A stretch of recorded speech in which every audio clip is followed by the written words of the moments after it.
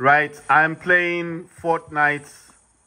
I'm playing Fortnite on Samsung Galaxy Z Fold 5. I was talking about the history of phones and the main reason why I think it's important for the younger generation to know the history of yesteryear, because a lot of people don't realize, that this technology that we're using today didn't exist yesterday. It simply didn't exist. I mean, listen, before the iPhone, what were we using before? We used to have phones that had a lot of buttons on them. We used to have phones. Well, what's this stink grenade? Yeah, I might as well, because this thing is useless. Doesn't do anything. Right, so we used to have all these really old phones. What's this thing? That's a port fort or something. Let me actually use that. Wow, look how big that thing is. At least someone will be able to use it. Right, so what I'm talking about is a lot of people will not realize the technology of where we came from. That what we have today is actually good stuff, You know what I'll do? I want to get this thing, but I don't want to lose a really good weapon, so yeah, I don't like that gun, man. No, give me this one. What gun was that one? Oh, is that... No, I think I've already got that kind of weapon. Right, so what I'm talking about is a lot of people will not realize... damn it, man. I think it's underneath me, isn't it? Right, a lot of people will not realize the technology that we came from. I'm going to tell you one of the technologies. Before these phones with voicemail, we used to have phones that didn't have voicemail. I don't think a lot of people realize that. Back in the days, you could not leave a voicemail. There was no such thing as a voicemail, You couldn't just, leave a voicemail to somebody, because that didn't exist. A lot of people don't realize that. I know you're probably thinking, why am I talking about it, because I think it's interesting, where we've come from, the millennium of where we have come from in the last 10 years, the way the technology has changed, the direction of where we're coming from, and the direction of where we're going to. So imagine, back in the day, we used to have the dial-up phone that didn't have a voicemail. So the other person on the other side of the line, if they didn't pick up the phone, you would just be left hanging because the operator had to answer so many calls of other people. So they didn't have time to answer your call. So if the person you're calling simply didn't care enough to pick up the phone, then that was it for you. You know what I mean? Because nobody cared. No one was going to pick up the phone and be like, oh yeah, I can't answer the call right now. If that person didn't pick up the phone on the other side of the line, that was it for you. You understand? Damn, look what this person... Look at this. The enemy standing right next to me. Right, so listen. The phones of yesteryear, if the person didn't pick up your phone call from the operator, because when you made a phone call, it would go to the operator first. And if that operator communicated with the other person, the other person did not pick up the phone, then basically it's just what they call tough luck. Because the person, no one was forced to answer your calls. You understand? Or if they just ran out of calling you. Look at this. That was so weird. Oh my God. Right, so what I'm saying is people of today will not realize the era we came from. The Terminator, I don't know if anyone remembers Terminator. Terminator, the Game Boy. This is old stuff, but it's stuff that I think is still relevant today because of the technology of where it came from. You know what I want to do? I want to quickly build a place and hopefully no one will destroy it. Oh my God.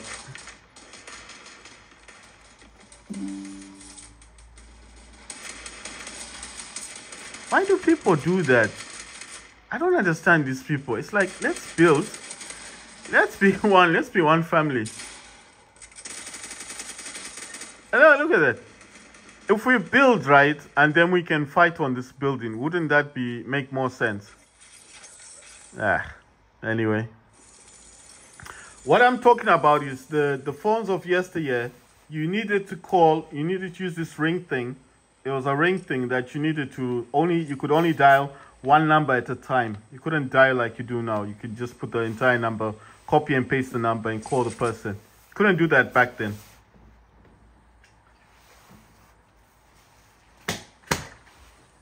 You couldn't even tap on the screen. There was no way of tapping on the screen to make a phone call. There was no way of copying and pasting. You basically could not copy and paste. You needed to be patient. You needed to dial the number, one number at a time. It was like a circle, one number at a time. And then after you did that, you needed to wait for the operator to put you through, because it would go to the operator, and then you'd say you want to call this person, and then the operator will put it through to that person. And if that person put it through, then you would get communication from that person. But let's say the person didn't pick up on the other side, you'd be left hanging, because it would just keep ringing.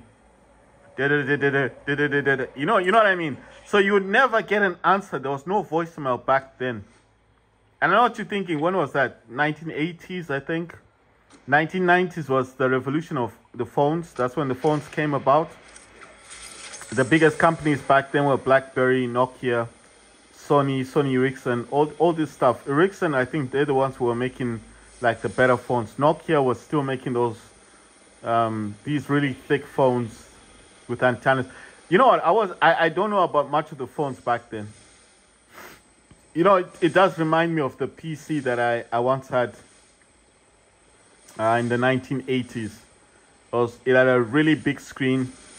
It had what they call floppy disks. I don't know if you know what a floppy disk is. Because nowadays you got SSDs, you know. This is 1980s, you know, technology. You think this is like 100 years ago. It's not 100 years ago. It's 1980s, floppy disk. It was like a disk, but it wasn't a disk. It was called a floppy disk. And you used to stick it into the computer, it had this drive thing, you know, like where you put CDs on a PC. But this floppy disk, you'd kind of put it in the front of the PC, computer, personal computer, whatever you want to call it. And then, right, I think that's a cut, right? I can just, you put it in the front of the disk drive of the PC.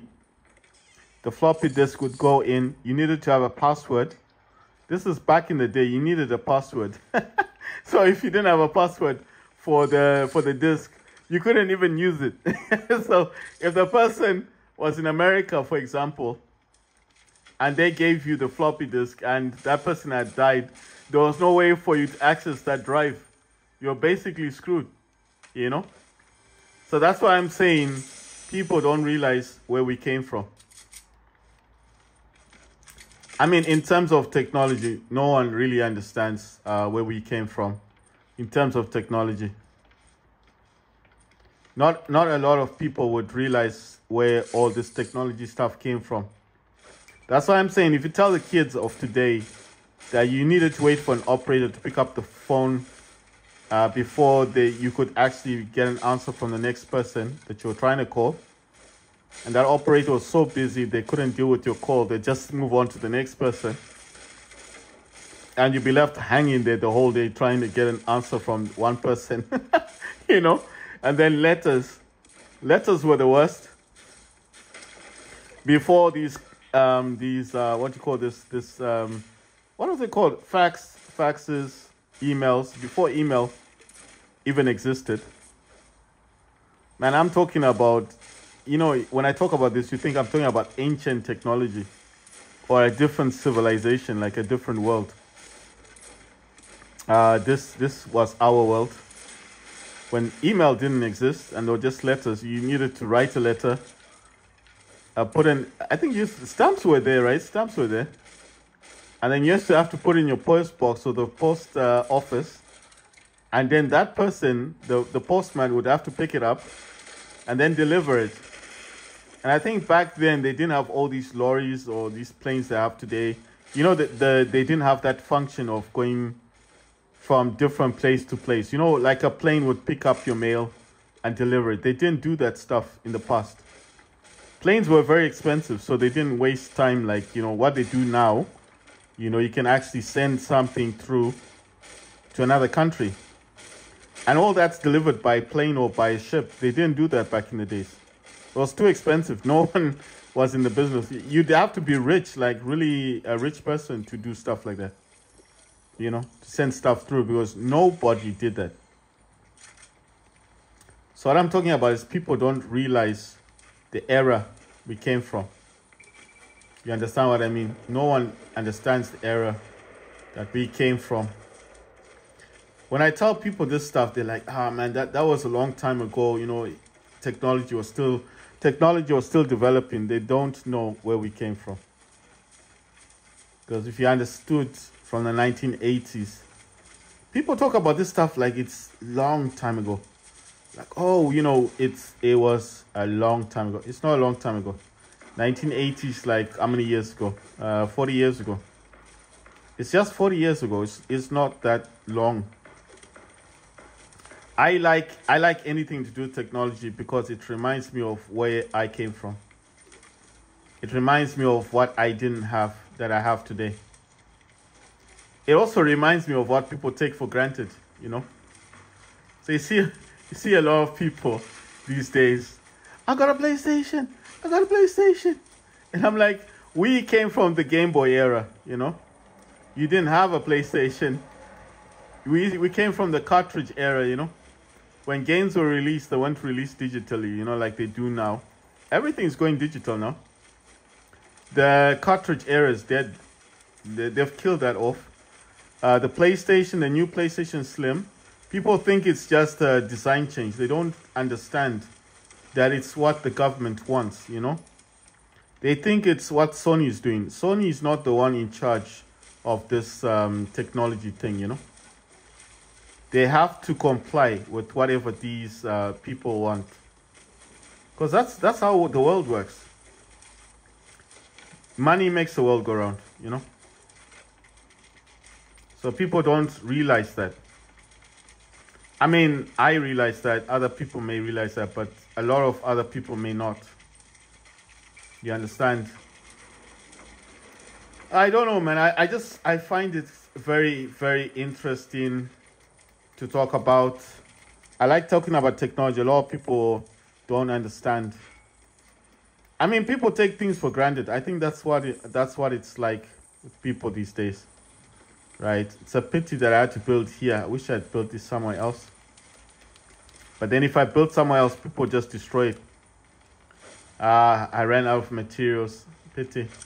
But check this out. It actually gets me to the other block. I'll just have to start chopping down trees then. Right.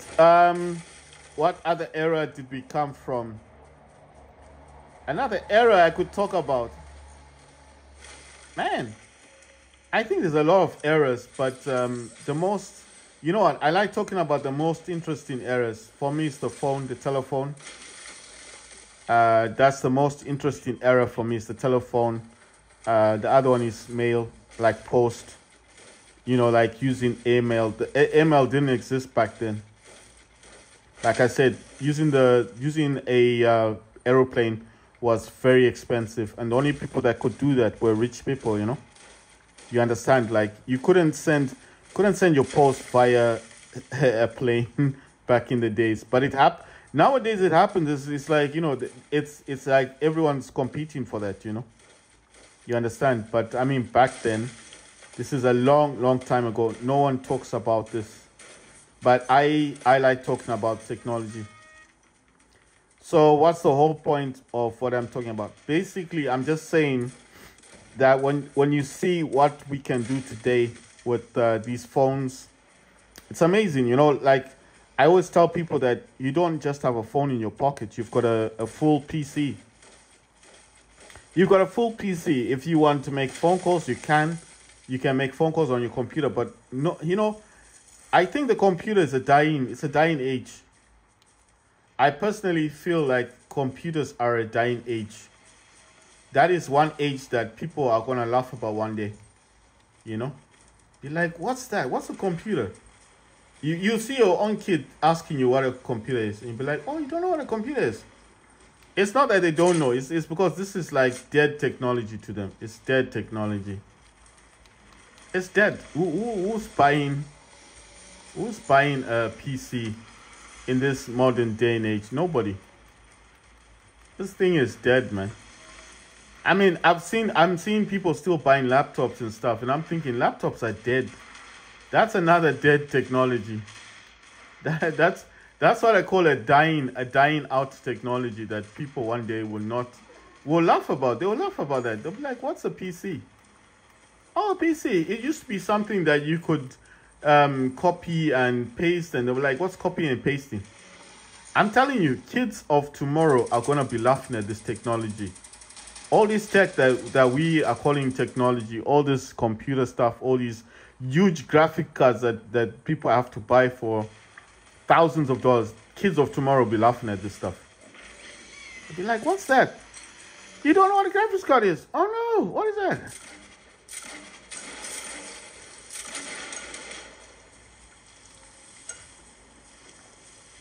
I'm telling you, kids of tomorrow be laughing. Oh wow, is this a sniper weapon? Why is it so big? I'm just telling you that a lot of people are gonna laugh at this technology, because I tended to laugh about the technology of yesteryear as well. It's just that my era is the era of the telephone, you know. I mean, it's the era of all these phone things. Wow, look at this. I'm just annihilating people today. My era is the era of the telephone. That dialing thing, that's the era that I came from. That's the era that I understand the most. Wow, I got this person. The era that I understand the most is that one of the telephone. The other era, well, like I said, the floppy disk. That was another era. I remember when that first was released, and when that was first released, and I remember when I got my first PC. Well, it wasn't me getting a PC. Some dude came to sell us, you know, the PC. The name of the PC was called Brother or something. This is a very old PC. I think nowadays, if I was to say it, it's like a classic, you know. It wouldn't even be considered a PC with today's standards. You understand? It's what would be called retro. I mean, it's a classical. You know what I mean? Oh wait, that's a person. Yes, got them. And someone got me. So these are the retro PCs of yesteryear. So that is why I'm saying that. Oh, we won. Nice one. What I'm talking about is these PC, the floppy disk era, is what we used to have a long time ago. I mean, the other things I had a Game Boy. I had the original Game Boy, and I had the original Terminator. If you remember Terminator. And it was kind of weird because the Terminator game had different stages to it.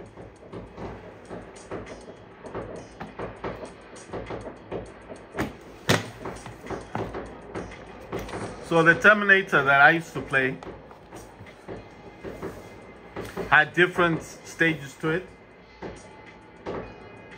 I'm gonna Google the picture for Terminator, because I remember having the Terminator, on Game Boy. And you know the game?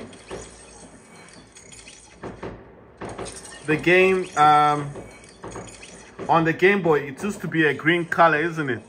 The original Terminator.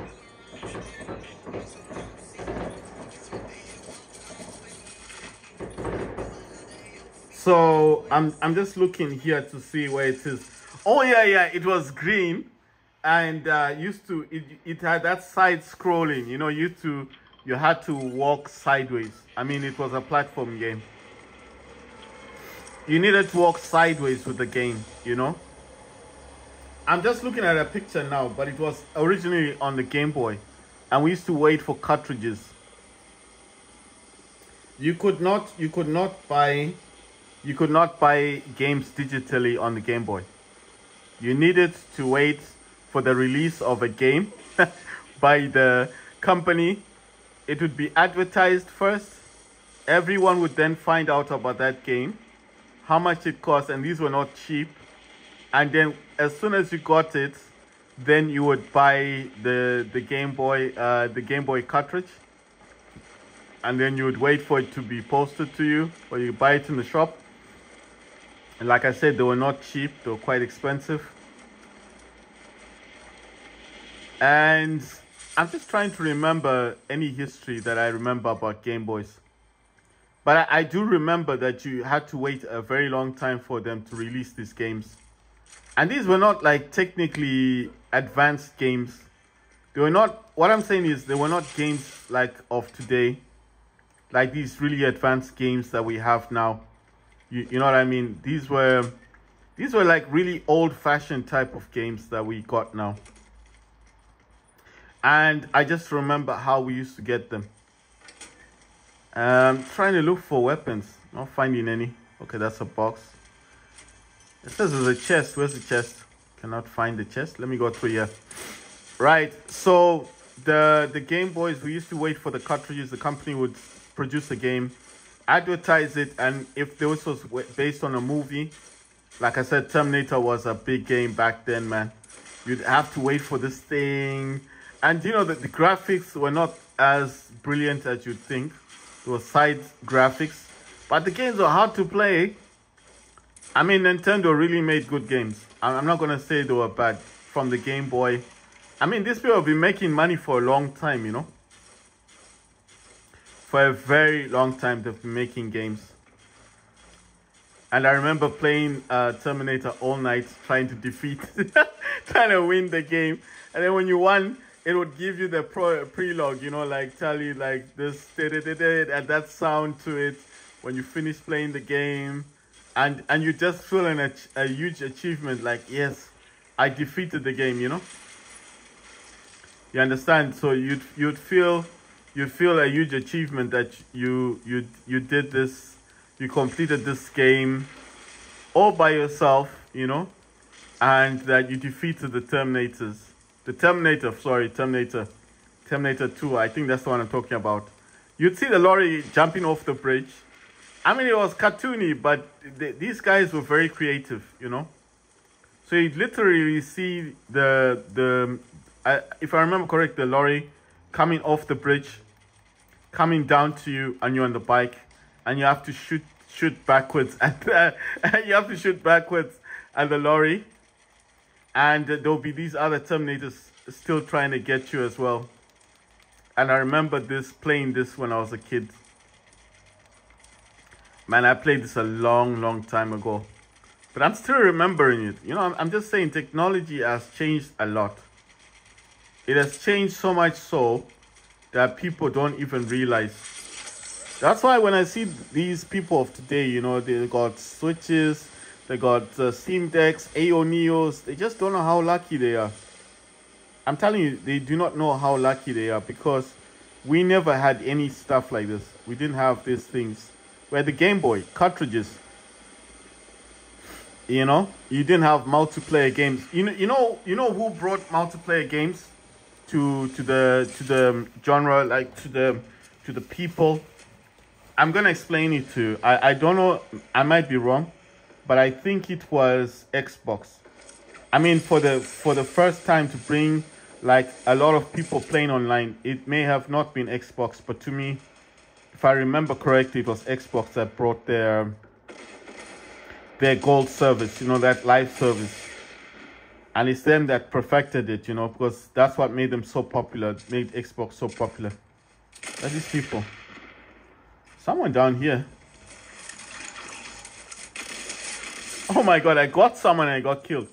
Right, so what I'm saying is the company that brought this online gaming, and I mean successfully, I'm not saying maybe it wasn't Xbox, maybe I could be wrong. I might be wrong, but I'm saying, oh my God, this is an enemy. I didn't even realize. He didn't see me. Right, listen. The people that brought it successfully, if I remember correctly, was Xbox. Because I remember when I was in London in 2003, I think. I got my very first Xbox. The Xbox that I got was that you know, the original Xbox. That's what the one I had. I know a lot of people are probably like, what original Xbox? I'm like, the black one. The very first Xbox, actually. The black Xbox. The one that had that weird wheel thing on it. Ah, damn. So, if I remember correctly, that was the original Xbox, the first one. The one, and then the game that made Xbox what it is today is Halo.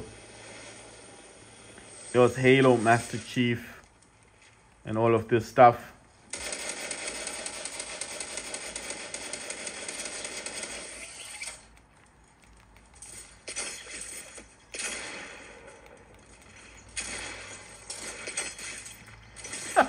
This person's trying to kill me. I'm trying to build. Like, why can't we not just be friends? Let's be friends. Anyway, so Xbox was the first one to produce well, maybe not the first for online gaming, but it was the most successful one that brought online gaming to the masses, to the people. So I'm talking about successfully. I'm not saying maybe it wasn't the very first company to do the online gaming, but it was the very first that was successful at it, you know, that made it popular. You understand? Like, it had a working service that just worked well. So that's why I'm saying, I'm just remembering from my own mindset. I might be wrong. So if I'm wrong, then I'm wrong. But I think the person there, if I'm wrong, then I'm wrong. But if I remember correctly, it was the Xbox, the black Xbox, the one that had that huge logo, the Xbox thing. And the game that made Xbox what it is today, Microsoft what it is today, you know, like, well, Xbox, was Halo. Because Halo was a huge achievement for Xbox, if I remember correctly. That's from my own history. That's what I remember. Because I was a huge Halo fan, you know. And I remember, like, people used to play that game a lot. Ah, damn, ran out of stuff. So it was a very popular game for Xbox. It put Xbox on the map.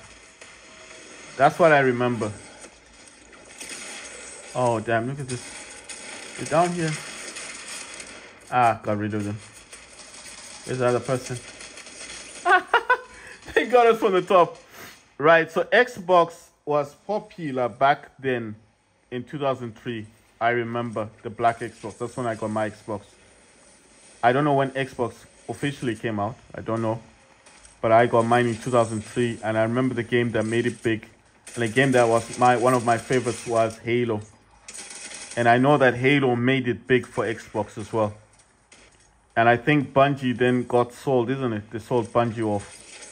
But I'm just saying that Halo is what made Xbox what it is today. You know? I mean, Xbox got many other games, but I'm just saying, back in the days, what made it big. And I mean, I'm not particularly sure. I'm not sure like with the other systems, right? So I'm gonna move on to Sega. And we used to have Mega Drive, Master System. And if I remember correctly, the Master System was very popular, but the one that made it big for Sega was the what's that thing called? I forget it now. The one that made the game for they made the game for, trying to remember the game. I'm trying to remember the game. If you remember Veronica for Resident Evil, that Sega, yeah, it was Genesis. Then the Sega Saturn, I think it's a Saturn, right? Is it the one Saturn? And I think the Sega Saturn had Resident Evil, and that made it big for the company, isn't it? I'm just saying what made it big, what made Sega popular. Many people may not even remember this, but it was Sega Saturn, the one that had the CD, because they used to have the CD and the cartridge together, but eventually they made the Sega one that came with the CD before Sega gave up on making consoles. I mean, all these dudes were doing something. They were doing something different. You know what I mean? It's like Sega used to make consoles. They stopped making consoles. So that's the era that I came from. Sony used to, I mean, Sonic the Hedgehog was on the Master System, and then the Mega Drive. Mega Drive was first, then Master System, then Mega Drive, and then the Sega Saturn. And there's this other one, I forgot the other. There's another Sega device, I mean console, but I forgot the name of it. I don't know, was Sega Genesis another console? You see, this is the era I come from. I know you're probably thinking, these are really old consoles. I know they're old, but I think they're relevant. I think it's relevant because one day you may talk about these things and say the era that we came from was actually the best era in the world, you know? Because it's an era that you're never going to get back, you know? And you know I keep talking about this because we're going to the digital era. And a lot of people don't realize what's going to happen in the digital era. But I'm actually going to tell you what's going to happen. One day soon, you're going to wake up and everything that you own, every password, every way you've ever been in your life will be on a digital wallet. It's crazy, man. It's crazy because a lot of people think this is fantasy, you know? They think it's a fantasy, like it's not going to happen. It's already happening, you know? It's like people are not living in reality anymore. These people have made a digital, you know, system. I'm happy for the system, actually. I'm happy about it because it's a world that I already live in, you know? I already live in a digital world. Everything around me is digital. From my phone, from my Steam Deck to the Switch. Everything I have in my life right now is digital. I have Apple Watches. I've got Pixel Watch as well, the Google Pixel Watch. I do not have a PlayStation, and I'll tell you why. I never believed in the in the physical copies of games. I never believed in it because to me it just seemed like you will never own those games. They will never be yours. You may auction those games off in the future like it's a retro thing or a collecting thing, but no one's going to collect those things in the future. It's not going to be something that people want. Everything is going digital, you know. In the future, I'm telling you, there won't be a thing called a passport. That passport thing, you'll be dead. No one will be having a piece of paper written passport. It'll either be on your watch, your phone, or on your glasses, like VR. You just be going to the airport, and before you get there, they know who you are, you know? Have you ever seen that movie from Arnold Schwarzenegger? That Total Recall thing, you know, that movie? When he's going through the thing, and they detect something about him, and then he starts changing, and then they catch him by the airport. You remember that one? That Total... And how old is Total Recall? It's 1980s movie. It's a very, very old film, but it is very relevant to what I'm talking about, because that movie is where we are going to. We're going to that era. We're going to an era whereby everything you've ever done in your life will be on your digital wallet. So if you are a good citizen, it'll show on your digital wallet that you're a good person. You understand? But if you've got negative stuff on you, they won't need to ask you anything. They'll just know. By the time you reach the airport, they'll be like, this is one we have to look at, You understand? Everybody else will be going about their business, going where they need to go to, but they'll stop you for random checks for no reason. And it's more or less like, you know why, but they don't tell you. Or if they don't stop you, they'll definitely be checking you out, looking at you. I mean, that's where we're going to. That is the digital age we are going to. No matter if you like it or not. If you don't believe in it, it's all good. It's your choice. But that is where we're going. I'm just hearing a lot of people like, oh, we're not going to that age. It's not going to happen. And I'm like, what do you mean it's not going to happen? Everything you do in your life is on your phone.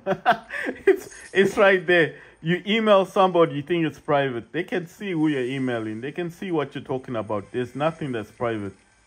There's nothing that you can hide from these people.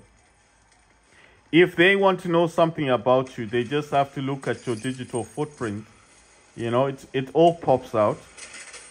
They'll see it. You think you can hide something from these people? They don't know. They'll instantly know that this person is doing something. I'm just looking at how this world is going. You understand?